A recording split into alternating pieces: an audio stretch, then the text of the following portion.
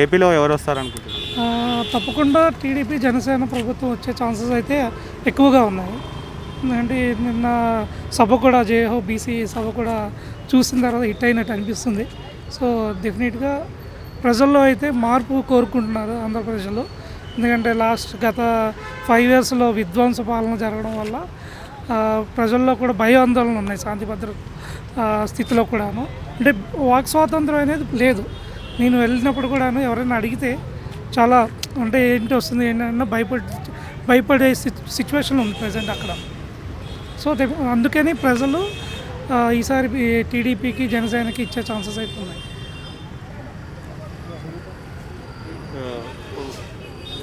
ఇప్పుడు టీడీపీ జనసేన పొత్తుతో వస్తుంది కదా, మీకు ఎలా అనిపిస్తుంది?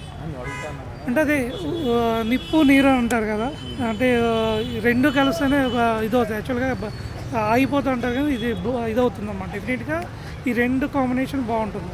వైసీపీని ఎందుకు వద్దనుకుంటున్నారు?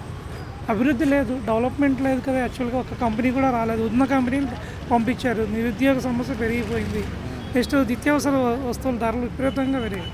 పెట్రోల్ డీజిల్ తగ్గిస్తున్నారు. దేశంలోనే అత్యధికంగా రేటు పెట్రోల్ డీజిల్ కాస్ట్ అక్కడే ఉంది.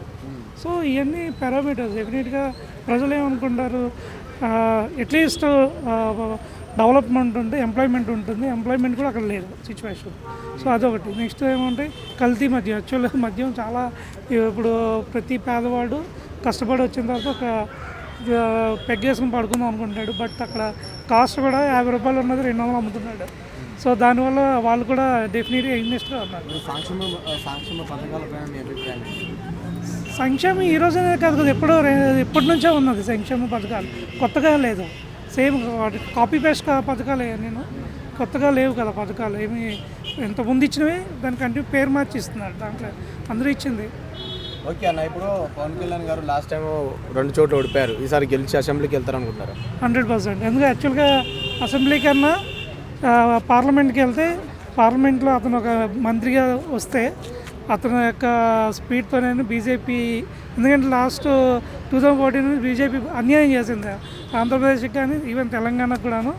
అలా పవన్ గారు లాంటి నాయకుడు అక్కడ ఉన్నాడు అనుకోండి పార్లమెంట్లో, మన సమస్య మోడీ గారు అంత క్లోజ్ ఉంటారు కాబట్టి ఏవైనా పథకాలు తీసుకురావడంలో కానీ ఫండ్స్ తీసుకురావడంలో కానీ అతను ఒక ప్రముఖ బాధ్యత తీసుకుంటారని నా ఉద్దేశం.